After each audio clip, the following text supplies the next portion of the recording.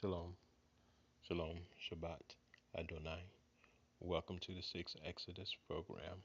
Thank you for listening. The name of this segment is The Falling of Idolatry.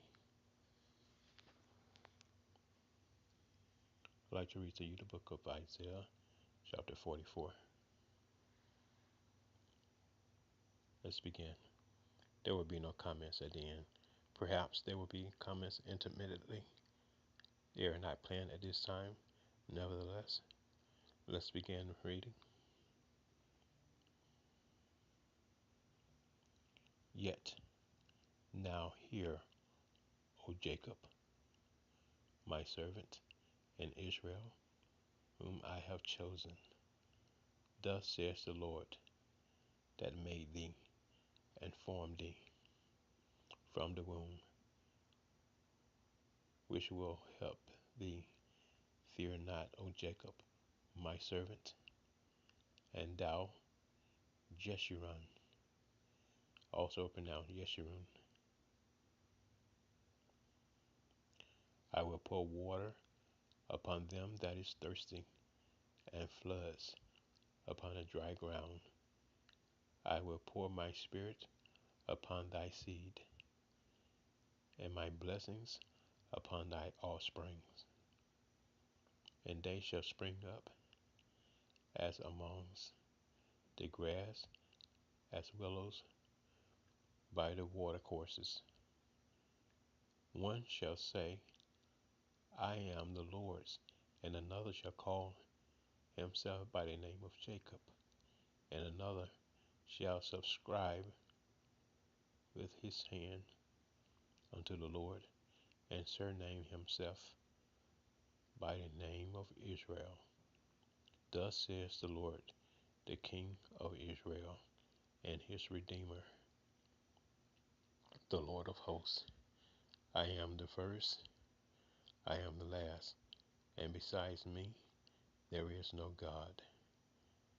And who as I shall call, and shall declare it, and set it in order for me, since I have appointed the ancient people, and the things that are coming, and shall come, let them shew unto them.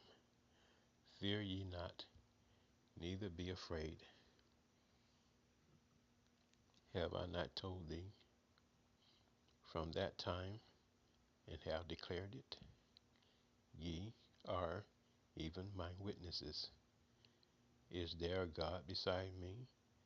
Yea, there is no God. I know not any.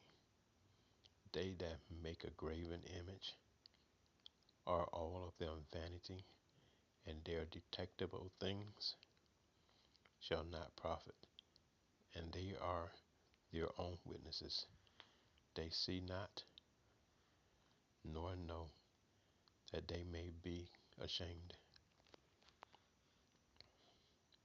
Who has formed a God, a molten, a graven image, that is profitable for nothing?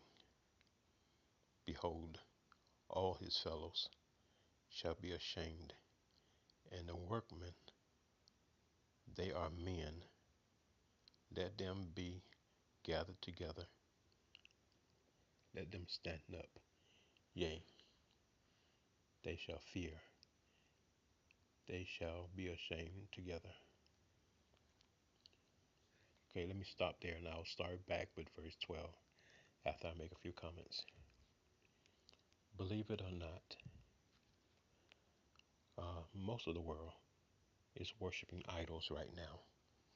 You might not believe it, but that's how far the world has strayed away from God. Mostly the entire world is worshiping idols. That means things that you have made with your own hand. None of them who you pray to or you sing to, they it's not even a person. The things that you pray to are things people have made with their own hands. That's what this scripture is saying. But you cannot see it. You don't know. You think that everything that is real and it has a place in the heavens or whatever you're thinking. I don't know, but I know this, that most of the world are praying to things that does not exist, never have existed. All these things were fabricated and created, just like what you call Santa Claus, Easter Bunny. All these things are not real. They are all fabricated. They are made up. Many years ago, they have been made up, and you still believe them because it's what you was taught. And it's hard for you to lose the things that you have been taught. You don't know what to do without them. That's how far you have been hardwired into believing all these things you've been worshiping and crying out to all of your life. And if you do decide to, if you do hear my voice, it'll be difficult for you to break free because the whole world will be against you. They will ridicule you. They will ostracize you. They will say, "What kind of person are you that you don't celebrate Christmas for your children? You are a monster. You don't make Easter eggs for your children. You are a terrible being. You should be put underneath the jail." And they will ridicule you. Hell, they will ostracize you.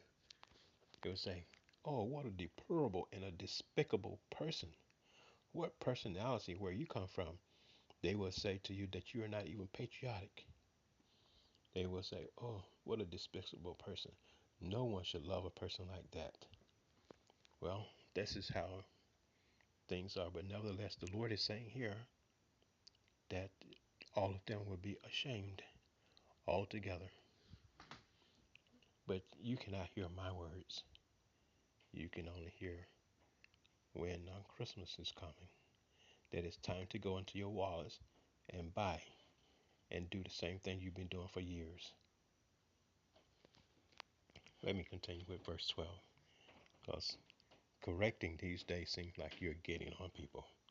You cannot correct or help many people because it seems like you are condemning them or you're belittling them. Okay, we'll continue with verse 12. The carpenter stretches out his ruler. He maketh it out with lines. He flatteneth it with planes, and he marketh it out with a compass, and he maketh after the figure of a man, according to the beauty of a man. It is that it may remain in the house. He heweth him down a cedar, and maketh the cypress. This is what the Lord is saying here, is that you cut wood, cedar, cypress are trees, and you can also make wooden idols. Also, um, this is what paper is made out of. Paper, which is the image of what you call Christ, that everyone so love around the world. It is a piece of paper.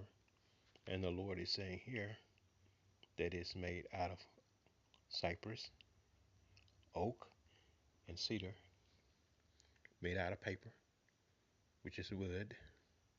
But you cannot see these things. You don't know. You don't know. You have no way. Not unless God let you hear my voice. And if you can hear my voice, then you can hear what I just said to you. And it will make sense. But for hundreds of years, it hasn't made sense to anyone. So I don't want to I don't show my face because I don't want you to think that I'm somebody or I know something. I'm nobody. God is all. This is what I know, and I will end this segment. That's why I don't show my face. I don't want anything. I don't want to be accepted. I don't want to be in. I don't want to have a council or a debate or a seminar. I don't want to do any of those things. Those things that man desire. Men like those things. They like to be applauded. They like to be held thankful or held highly of. Or say, oh, you're a great thinker. I'm not interested in those things. I given up those things years ago. Prosperity, wealth, and pursuit of happiness. All those things are necessary non-essentials. Okay, I'm going to end this segment now. I'd like to continue. There's a lot more to read. Nevertheless,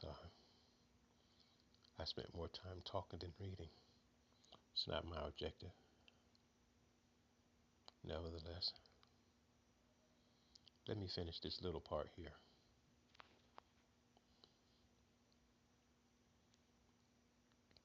Verse 27, I'll read 27, 28. Verse 27, that says to the deep, be dry, and I will dry up thy rivers.